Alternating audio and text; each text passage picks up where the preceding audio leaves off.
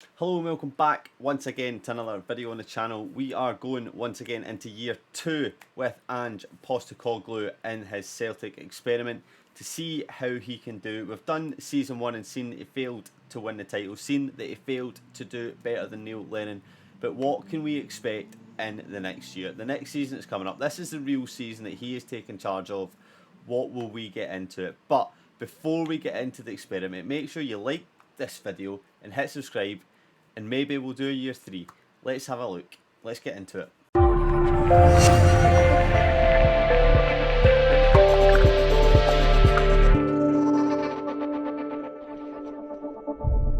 Alright, so we are back with Ange Postecoglou's stats. We're just going to compare them to see how they started off compared to last year into this. So the only stat that I can tell from the difference is that 19-man management has risen up 1, and that has put him up basically a star and a little white bit around it.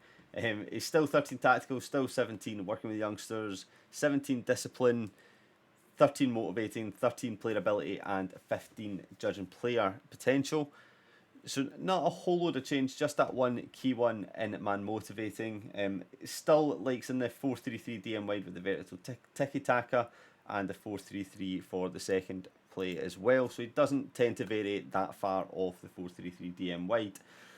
Now that we're into the second season, I'm expecting to see this sign under 24 players for the first team come into quite a lot of effect and see more transfers, especially with Edward gone in the winter last window. Are we going to see people like Christopher Ayer, who we're expecting to leave in real life, get sold in this? And just a lot more youth team players coming through. Like, I want to see Luke O'Connell getting a bit more game time and just see what else he has for us. So the exact same as last time. We're going to jump into the summer transfer window, see what happens there, see what the results look like, and then we'll come back at winter again. So let's just jump straight into the transfers and see what's happening. Alright, we are back in September. It's time to see what has been happening with Celtic. Now here we are on their fixtures, as you can see, beating Lask comfortably after what we last seen in the Champions Cup qualifying path. They then go on and beat Motherwell. A 2-1 victory against Rangers is good, as well as beating Soria 1-0, and then getting beat on penalties in the Champions Cup. Is that them getting beat on penalties? No, Celtic win on penalties. My apologies on that one. Celtic win on penalties to Zoria, and then they go and face Sporting in the playoff second leg, and they get beat 2-1 in the home leg after drawing 1-1. So they bow out and they find themselves in the Euro Cup. So Euro Cup D group is St Gallen, Apol, and Real Hispalis. So it's a group that you would fancy Celtic to be able to get out of and possibly do quite well in the Euro Cup. We'll have to check back and see on that one. But the main reason we're back here is to see the transfer history and see if anyone has been brought in. So we're going to scroll down here, and as you can see, quite a bit of business has been done in this summer. Celtic have purchased Inigo Cordoba for 2.7 mil. I believe that's a left winger there, so to replace the El Yunusi. Jeremy Toljan has come back to Celtic on a fee for 1.6 million, rising up to 2.2 on that right back. Hopefully he can be a bit better than he was in his loan spell when he was actually here at the club, so very good to see. Kennedy has been brought in on loan from Chelsea. Kolasinac has been brought in on loan from Arsenal. Thomas Strakosha has been bought to replace Barkas, so clearly Barkas not favoured in the game as well as real life at the minute. Rafa Mir has been brought in on loan with a fee of 61k for Wolves. A 24-year-old Spanish striker up there valued at 8.7. You'd fancy him to be banging goals to replace that Edward missing link. Clinton Mata from Club Brugge for 9 million as a centre back and right back, who actually looks pretty decent. And then we have Can Ayan from 10 million from Sassuolo. So he's spent a lot of money this window, a lot of money on a Turkish centre back. So we'll have to come back and see how they do. In terms of their outgoings, here you can see. I'm trying to think where we left it, but Anthony Ralston over to Ayr, David Costas to Granada, Alvin Ayeti goes to Burnley for 7 million, so another striker leaves the door, which will be why they've brought in some from there. Christopher Julien finds his way to Monaco for 4.5 million, rising to 5.7. Stephen Welsh and Ben McPherson away on loan. Near Beaton leaving for 1.5 million. Scott Bain is gone for 97k. Paddy Klamala has been sent out on loan to Cardiff. Hibs have reunited with Lee Griffiths for 950k, and Christopher Ayer, a big loss here for 17.75 million, moves to Borussia Dortmund. Balling goalie has gone on loan to Arminia Bielefeld, and Marian Shved has gone to Zoya for 1.7 million. Robbie Brady has left for 2.6 million to Zaragoza as well. 29-year-old Irish on the left hand side. So quite a lot of outgoings of 44 million there, and a total in of 27. I'd say I'm quite impressed with some of the signings, but losing people like Christopher Ayer, Albin Ayeti, I'm not too fussed about leaving because I don't think he would do that good, but I'm now quite concerned about the strike force and who they have up top. So let's just jump in and have a look at the squad, just so I can see who they have. So they have Rafa Mir, Cordoba could play up there, okay. See, yeah, they are lacking a little bit in that strike force. So if Rafa Mir does find himself injured, they might struggle to play that up there. So if we go into the competitions now, we'll be able to see how they are doing in all these competitions.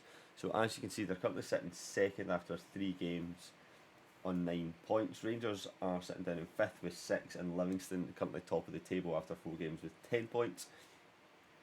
You've seen the Euro group, which is down here. Real Hispalis, Apple and St Gallen. So much expect them to top that group, but we'll have to wait and see. And the cup games haven't really played much apart from this one game coming up against Falkirk. So we will come back in the winter transfer window and see how they're getting on here. And yeah, I'll see them. We're back. It is the winter transfer window, and Ange has had an update. He's moved up to 20-man management, so now he can do whatever he wants with player management, basically. He is a GOAT in that respect. Still 17 level of discipline, 17 working with youngsters, 13, 13 and 15. Now let's have a look at how Celtic are doing here. If we just press into here, let's go transfers. Before we look at how they're doing, I know you can see that up there, but still. So I am going to move my camera up to here for now, till we have a look at some. So look below. Right, has anyone else come in? Yes, we have. We have Andrea Patenga. Striker. I told you they were going to struggle at striker. They have purchased one. Looks not too bad. Probably could have done better than that, but they brought him in for 4.4 million from Napoli, so not a terrible price. Emerson Hindman coming in from Atlanta for 1.5 million. Bailey Peacock Farrell from Burnley for 300k, a 25-year-old Irish player. Matt Miyazaga from Chelsea, 26-year-old defender. And Benjamin Kuszkiewicz coming in at 25. So for this 24-year-old and under players that he likes to bring in is not happening so far. We have yet to see that. On the outgoings, we do have Leo Connor, Luca Connell going away for 2.6 million, and Vasilius Barkas leaving for 1 million with potential fee of 1.3. So clearly Luca Connell and Barkas not in the plans here, unfortunately, but that is just how it is. Now let's have a look at the schedule. How have they been doing since we last seen Celtics playing? So we last seen them bow out against Sporting. They went on to draw with Wraith in the Scottish Premiership. They have won their Euro Cup game. They then beat Aberdeen, beat Falkirk in the quarter final in extra time. St Johnstone they beat 2-1, Apple 2-0, and 1-1 draw with Hibs. 2-0 against Ross County, 1-1 with Hispalis, 1-0 against Kilmarnock, 2-0 against St Mirren, 2-1 against Rangers in the semi-final in the Betfred Cup, a 3-0 loss to Real Hispalis away from home, and then 1-1 draw with Motherwell, 1-0 against Rangers, so undefeated against Rangers and all 3 points so far. 9 points so far in the games, even though one was a cup, but still.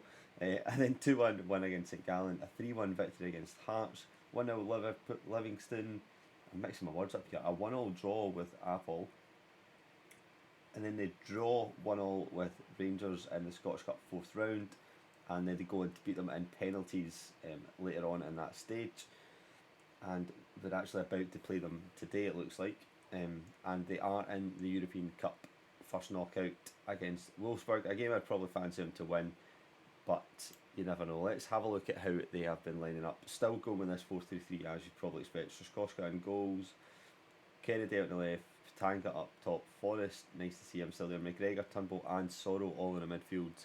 It's things you'll love to see. That's exciting for this actual year in real life, is that is how they're playing. What is frightening and is it is pretty much a whole other team.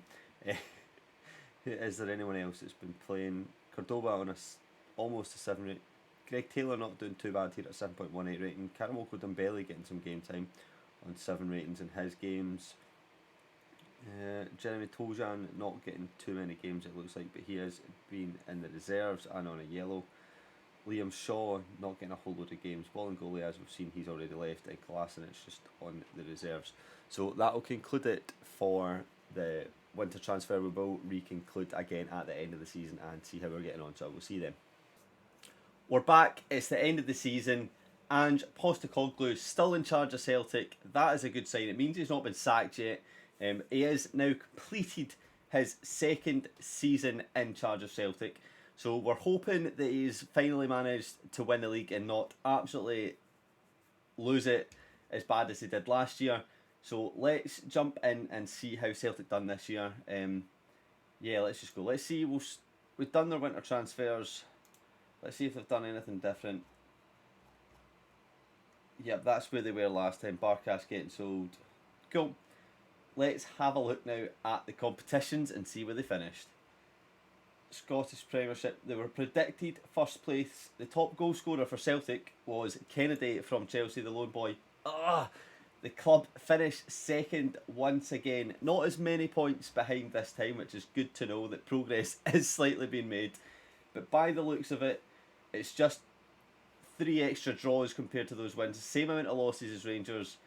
10 draws behind, instead of Rangers' 7.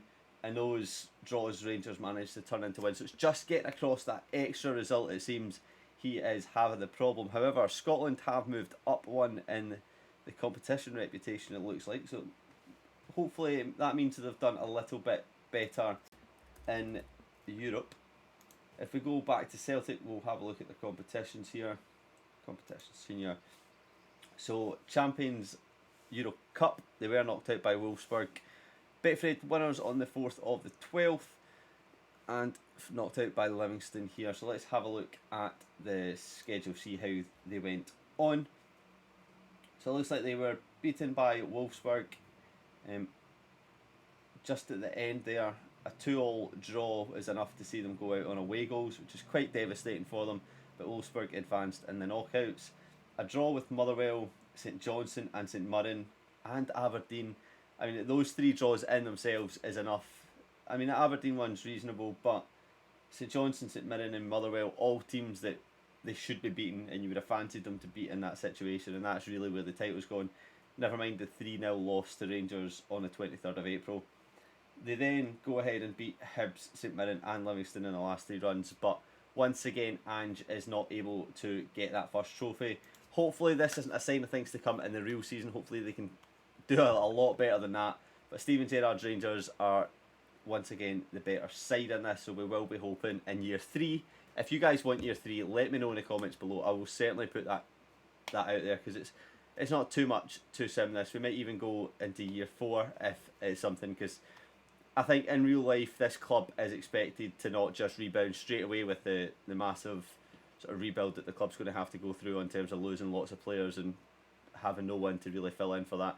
So I'm excited to see how he can do in real life. I've got to look at the positive sides of things rather than the negative part. But let me know in the comments, do you want to see a year 3, yes or no? And that will conclude the video. So thank you guys for watching, and I will see you in the next one.